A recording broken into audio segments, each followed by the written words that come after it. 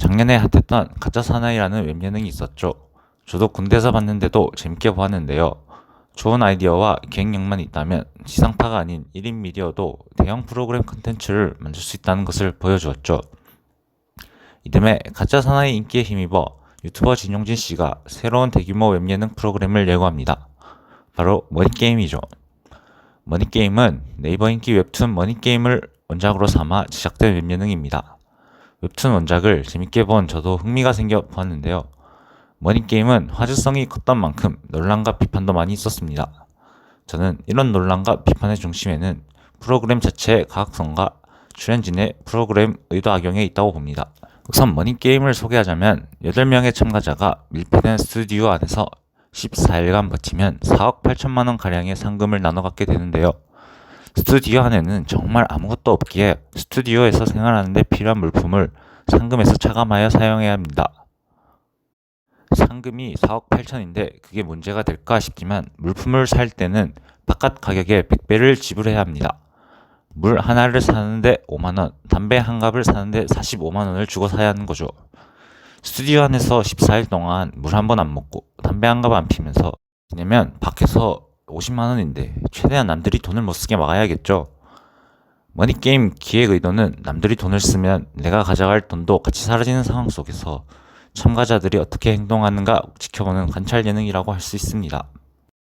머니게임의 기획 의도가 애초에 특정한 상황 속에서 사람들의 갈등을 지켜보기 위함인 만큼 갈등 요소를 인위적으로 넣어야 하는데요.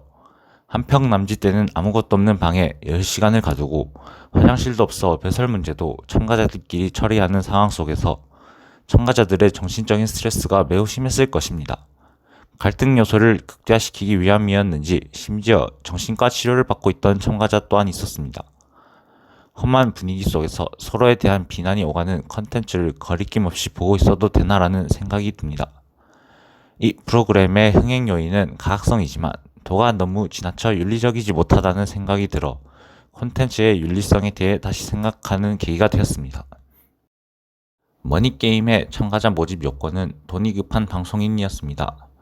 후원을 받고 진행하는 거대한 컨텐츠인 만큼 흥행을 위해서는 일반인보다는 인지도가 있는 방송인이 필요했을 테니까요. 그런데 문제는 여기서 생깁니다. 흥행을 위해서는 인지도 있는 유명인이 필요한데 인지도가 있는 유명인이 과연 돈이 급할까요? 출연자가 게임 속 돈보다는 프로그램의 화제성을 이용해 자신의 이미지를 좋게 만드는 언행을 의도적으로 했다고 본다면 머니게임의 논란이 조금은 이해가 됩니다. 참가자들 간의 갈등이 생겼다는 이유로 생긴 출연자 집단 퇴소, 게임 상황 밖에서 계획된 상금 엠빵을 보면 정말 저 사람이 돈이 급한 게 맞나? 프로그램의 의도와 맞는 행동인가? 라는 생각을 들게 합니다. 프로그램 설정에 가몰입을 해서 보던 시청자들은 프로그램의 설정을 해치는 참여자들에게 분노를 느끼게 되고 그 분노의 화살은 참여자들에게 돌아갔습니다.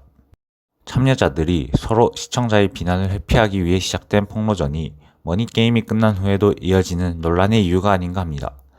참가자들이 자신의 이미지를 좋게 만들려는 시도가 머니게임의 규칙 안에서 이뤄졌다면 방송은 방송으로만 보자는 여론이 형성되어 참가자들에 대한 비난이 덜하지 않았을까 하는 아쉬움이 남았습니다.